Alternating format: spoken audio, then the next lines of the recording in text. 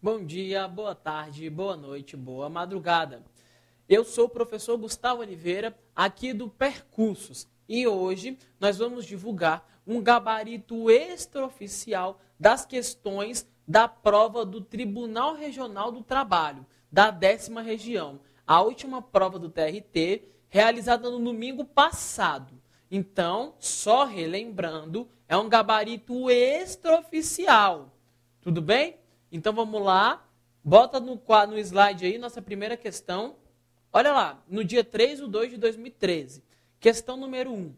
A licitação objetiva garantir o princípio constitucional da isonomia, selecionar a proposta mais vantajosa para a administração pública e promover o desenvolvimento nacional sustentável.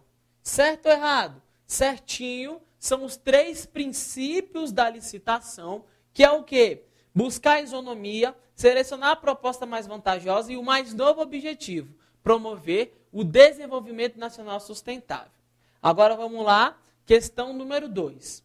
Uma entidade controlada indiretamente por municípios da federação que pretenda alugar um imóvel para nele funcionar estará dispensada da observância das normas gerais sobre licitações e contratos administrativos impostas pela lei em questão, devido ao fato dessa ser um diploma federal, não alcançando, portanto, a esfera da municipalidade. Questão errada, porque a Lei 8666 de 93, ela vai alcançar tanto a União, quanto os estados, quanto o Distrito Federal e os municípios. Vamos lá, próxima, questão número 3.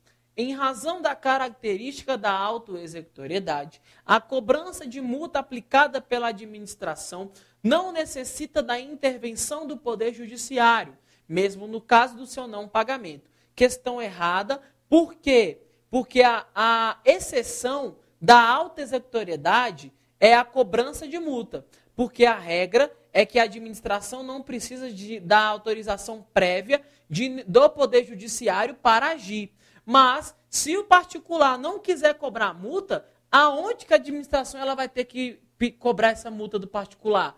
No Poder Judiciário. Logo, a cobrança da multa aplicada pela administração necessita, no caso do seu não pagamento, da intervenção do Poder Judiciário, sim. Questão errada. Questão número 4. Com base no princípio da autotutela administrativa, a administração pública pode revogar os seus atos discricionários, independentemente do respeito aos direitos adquiridos. A questão, ela está errada. Por quê? Porque o princípio da autotutela, ele fala que a administração pode anular ou revogar os seus atos. Ela vai anular os atos ilegais e vai revogar os atos inconvenientes e inoportunos. Quando a administração pública anular os seus atos ilegais, ela não vai observar os direitos adquiridos, porque desde o início da criação daquela norma, ela foi ilegal, ela foi contrária à lei. Agora, quando for revogar os atos por simples conveniência e oportunidade, deve sim respeitar os direitos adquiridos. Então, depende do respeito aos direitos adquiridos. Questão errada. Próxima, vamos lá, questão número 5.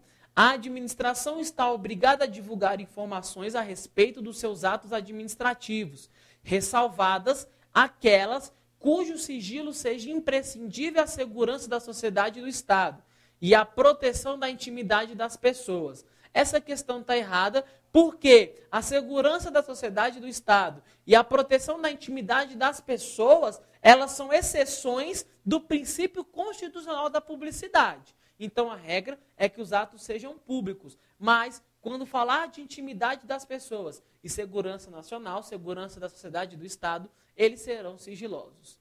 Próxima questão. Consoante a doutrina, são requisitos ou elementos do ato administrativo a competência, objeto, a forma, o motivo e a finalidade? Questão certinha, são 5 elementos do ato administrativo, o famoso COFINFOMOB, que é a competência, a finalidade, forma, motivo e objeto, igualzinho está na questão. Questão número 7, vamos lá, próxima. A conduta abusiva da administração pode ocorrer quando o servidor atua fora dos limites de sua competência ou quando, embora dentro de sua competência, ele se afasta do interesse público exigido legalmente. Questão certinha, ela trouxe para a gente o abuso de poder. O abuso de poder ele é um gênero que comporta duas espécies, quais sejam excesso de poder, que é um vício no elemento competência do ato administrativo, aonde o agente ele extrapola, ele vai além da sua competência prevista na lei. E nós também temos outra espécie, que é o desvio de poder, também chamado de desvio de finalidade, que é quando mesmo que o agente, dentro da sua competência, ele vai praticar o ato, mas ele vai dar um interesse diverso para aquele ato, que não seja o interesse público. Então a questão está certinha, ele trouxe aí para nós as duas hipóteses de abuso de poder. Questão número 8. Encontra-se dentro do poder regulamentar do presidente da República a edição de decreto autônomo para a criação de autarquia prestadora de serviço público. Questão está errada. Por quê? Porque o decreto autônomo ele está previsto no artigo 84, inciso 6º da Constituição Federal, nas suas alíneas A e B. A linha A, ele fala que o presidente poderá dispor, mediante decreto autônomo, sobre organização e funcionamento da administração pública federal, quando não implicar aumento de despesa, nem criação ou extinção de órgãos públicos. Logo, não se encaixa nessa hipótese prevista na lei. E a linha B, ele fala que o presidente poderá dispor, mediante decreto autônomo, sobre extinção de cargos e funções públicas quando elas estiverem vagas. Logo, está errado porque também não é uma hipótese. Então, a 8 está errada. Vamos lá, próxima, questão número 9. O controle exercido pelo Poder Judiciário sobre os atos da administração é externo, de legalidade, posterior e provocado? Bacana, ele é externo porque é de um poder sobre o outro, é de legalidade porque o Judiciário vai analisar os requisitos da lei, e ele é posterior porque pode ser depois que a administração pratique o ato. Por exemplo, a administração foi lá e demitiu um servidor e ele vai brigar pela sua integração no Judiciário. E provocado sim, porque nós temos o princípio da inércia do Poder Judiciário, aonde esse poder só age se for provocado. Mas preste bastante atenção, essa questão é uma questão controversa, porque ele fala que é posterior. Beleza, pode ser posterior, mas nada impede que ele seja o quê? Anterior, porque as causas administrativas elas podem ser levadas ao Judiciário antes, durante ou depois. Então, nosso gabarito é que ela seja correta, mas nada impede que esse controle seja um controle anterior. Cuidado com essa questão.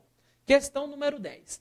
Portaria de caráter normativo, editada pelo Ministério da Educação, que seja ilegal, poderá ser sustada pelo Congresso Nacional? Bacana. Os atos do Poder Executivo, que eles exorbitem os limites da sua atuação, eles poderão ser sustados pelo Congresso Nacional, de acordo com o artigo 49, inciso 5º da Constituição Federal.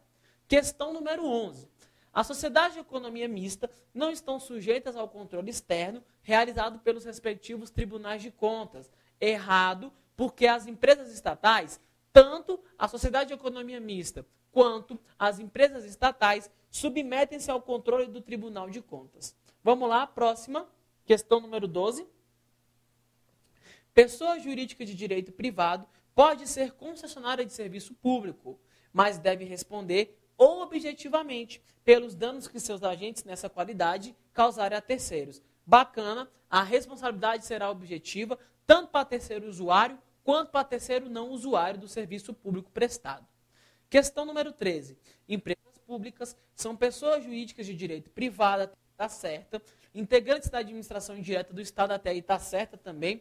Criadas mediante prévia autorização legal. Bacana, até aí está tudo certo. Que explora atividade econômica, certinho também. Ou, em certas situações, prestam serviços públicos. Certinho, bacana, a questão 13 está correta. Trouxe todas as características, inclusive a pessoa jurídica, a forma como ela é, que é de direito privado, em qual parte do Estado ela se encontra, que é na administração indireta, e que a sua autorização é mediante lei, e também que ela pode tanto prestar atividade econômica, quanto prestar serviço público. Então, a 13 está correta.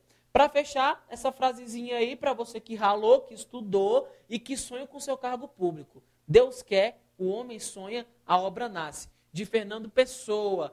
Meu amigo, o que você quiser na sua vida só depende de você. Quem mostrou essa frase foi um promotor de justiça, Dr. Bernardo Urbano de Rezende, o qual admiro muito, e depois que ele mostrou essa frase, eu nunca mais esqueci. Então, meus amigos, continuem firme, continuem seguindo em frente, que o dia da sua aprovação vai chegar. Bacana?